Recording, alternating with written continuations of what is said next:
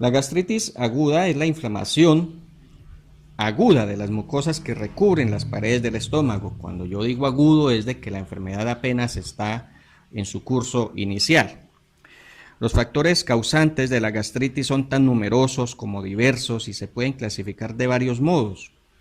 Alimentos de acción irritante a base de condimentos o demasiado grasos o demasiado calientes y fríos. La gente es muy dada a comer, a mezclar las comidas. Se comen una sopa caliente y se la pasan con un jugo o con una gaseosa bien fría, y esto hace que colapsen las paredes del estómago y por ende el hígado y el intestino. Entonces hay que corregir mucho eso. Las sobremesas deben ser siempre al clima.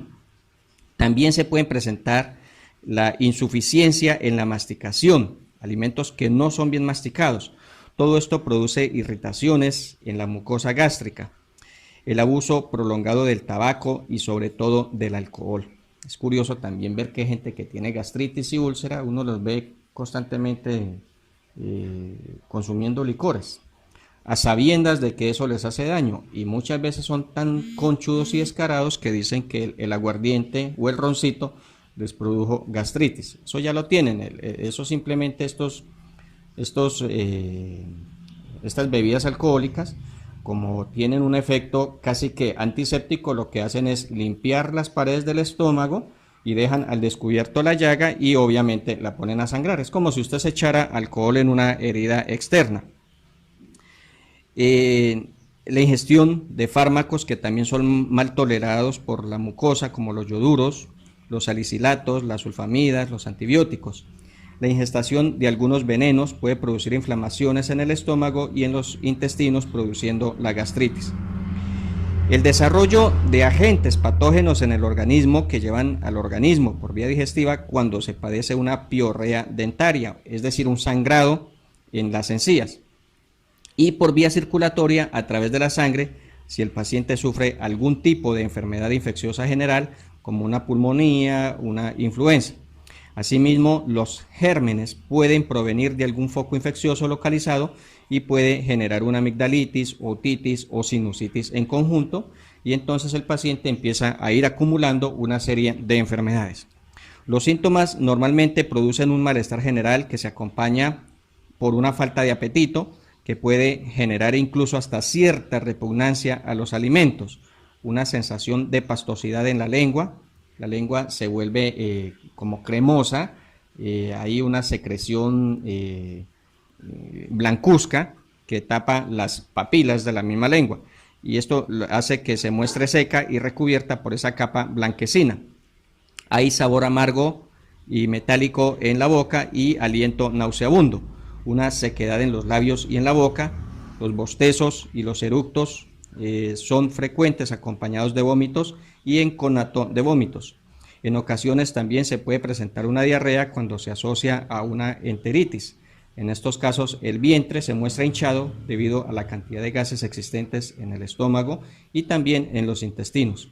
Por lo que respecta a su estado general, el paciente se muestra siempre cansado y debilitado, con abatimiento físico y frecuentes dolores de cabeza.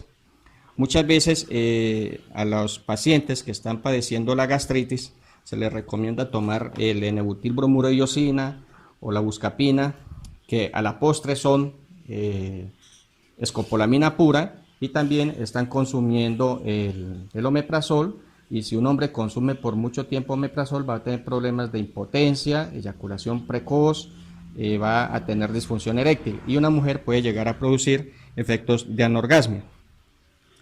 El diagnóstico se hace basado en la inflamación del vientre del paciente y el aspecto saboral de la lengua, y a veces estos casos de gastritis aguda vienen asociados a una duodenitis. El tratamiento que yo recomiendo por parte homeopática serían con los productos Nuxbum, el Carflax, el Epachel, el Nux Vomica, el Lycopodium clavatum, el Muxan, el Scrolin y el Bismuth. Estos productos deben tomarse siquiera por un tiempo mínimo de 30 a 90 días, y si el caso es un poco más severo, entonces hay que prolongar el tratamiento siquiera a 6 meses. Se trata en lo posible de guardar reposo en cama manteniendo un ayuno absoluto durante 1 o 2 días cuando los casos son bastante severos. Transcurrido este primer periodo, pueden administrarse infusiones de té, de manzanilla o menta, tomadas tibias y despacio. No se deben combatir los vómitos, sino por el contrario facilitarlos para expulsar del estómago los alimentos que estén mal digeridos o las sustancias existentes en el mismo. Mucha gente cuando se siente que está vomitando, llaman desesperadamente que les dé algo para controlar el vómito, cuando lo que el cuerpo está haciendo es un proceso de autodesintoxicación, y en este efecto, a través del vómito, él se está liberando de toxinas que lo están agrediendo. En los días siguientes a la crisis se debe tener cuidado con los alimentos administrados al enfermo, sobre todo con los sólidos. La dieta más recomendable es la que contiene los zumos de frutas, caldos vegetales, leche vegetal, verduras tiernas, puré de papas y verduras. Y recomiendo y hago énfasis en que las comidas deben masticarse y triturarse muy bien. El estómago no tiene dientes, para eso Dios le puso a usted esos dientes, para que triture bien las comidas y no se las trague enteras. Y a medida que la dolencia lo vaya remitiendo, el paciente puede ir ingiriendo paulatinamente un régimen lacto-ovo-vegetariano. Si el paciente no tiene tolerancia con la leche, entonces es preferible que no la vaya a consumir, ya que la caseína que contiene la leche le puede producir una distensión abdominal y acumulación de gases. Es imprescindible evacuar el intestino, al menos siquiera una vez al día, que esa defecadita, que esa cagadita, perdón que utilice ese término porque soy colombiano y campesino y los campesinos hablamos así, una defecada, si no pesa 2 libras no sirve. Hay gente que se sienta a ensuciar y bota son bolitas como si fueran chivos o conejos, eso no sirve. Si uno se está consumiendo entre 5 y 6 libras de comida al día, entonces mínimo tendría que botar siquiera una descarga de 2 libritas. Y si fuera necesario, entonces ayudarse con el consumo de frutas, la pitaya, la papaya y los jugos, ojalá enriquecerlos con cristal de sábila, que son muy buenos, y no estar dependiendo constantemente de fibras y laxativas. Las laxativas o las lavativas, en el último caso extremo, se recomienda. Si no es necesario, entonces pues llevarlo por el modo más natural. Para combatir los dolores, recomiendo aplicar compresas frías sobre la región media superior del vientre, colocarlas siquiera una media hora antes de comer y no quitarlas hasta 2 horas y media después de haber comido.